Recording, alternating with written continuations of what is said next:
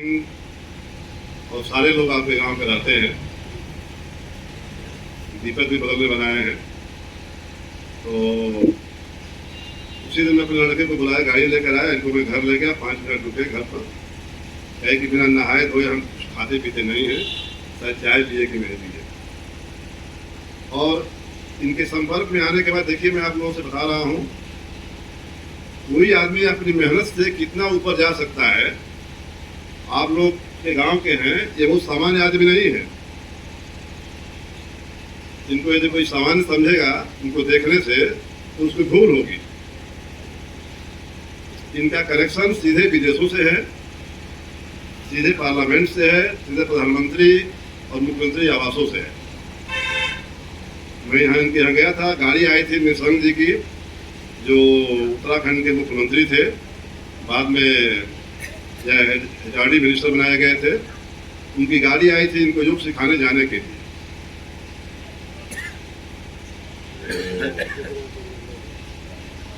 ये इनकी बड़ाई हो गई, लेकिन इनकी मेहनत के बारे में 2 मिनट सुन लीजिए।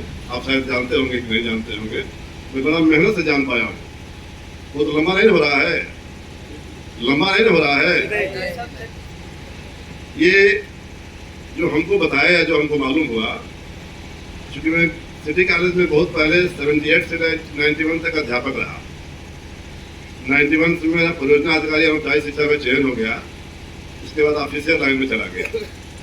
अंत में 2008 से 11 तक प्रिंसिपल रहा, गवर्नमेंट डिप्टी सेक्रेटरी रहा और प्रोफेसर रहा। तो डॉक्टर साहब की स्थिति है कि गांव के बच्चों के साथ योग करते थे, या गांव में बच्चे गंगा किनारे मंदिर पर जाते थे, नहाते थे, योग वगैरह करते थे, या आदर्श इंटर कॉलेज में पढ़ते थे। सुबह काम झा यहाँ डीएम हुआ करते थे, और बाबू इंद्रपाल सिंह यहाँ प्रिंसिपल हुआ करते थे। शायद बाबू इंद्रपाल सिंह के यहाँ कोई रिश्तेदारी है, वो क्लोज रिश्तेदारी है। और एनुअल फंक्शन में डीएम साहब आए हुए थे, उसमें इनका कार्यक्रम हुआ था। क्यों, ऐसी बात है ना। और अपना योग का कार्यक्रम इन्होंने दिखाया, प्रिंसिपल ने इनको प्रस्तुत किया। डीएम इतने प्रभावित हुए कि कहे कि उस बच्चे को मेरे पास बुलाइए कार्यक्रम के बाद में।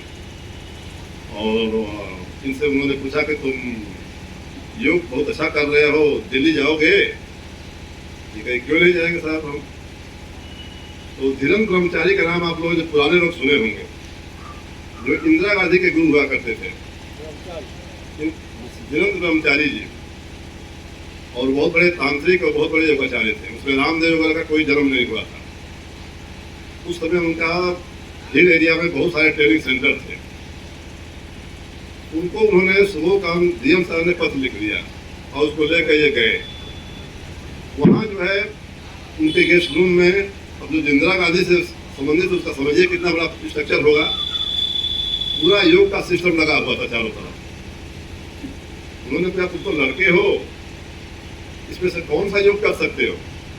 इन्होंने कहा कि सारे कर दूंगा। तो इसमें जो सबसे कठिन था उसमें एक 8 उन्होंने पूछा, इन्होंने कर दिया।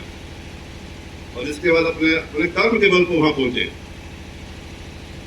एक गांव का लड़का मेदिनीपुर का धीरेन्द्र ब्रह्मचारी इंदिरा गांधी का सब कुछ उसके पास पहुंचा और उसकी परीक्षा में सफल हुआ।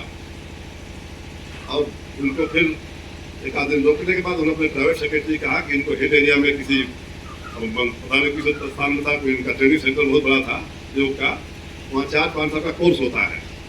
और उसको ये फर्स्ट पास किए। वहाँ गए तो पूरे 500-600 बच्चों में फर्स्ट पास हुए 4 साल के बाद।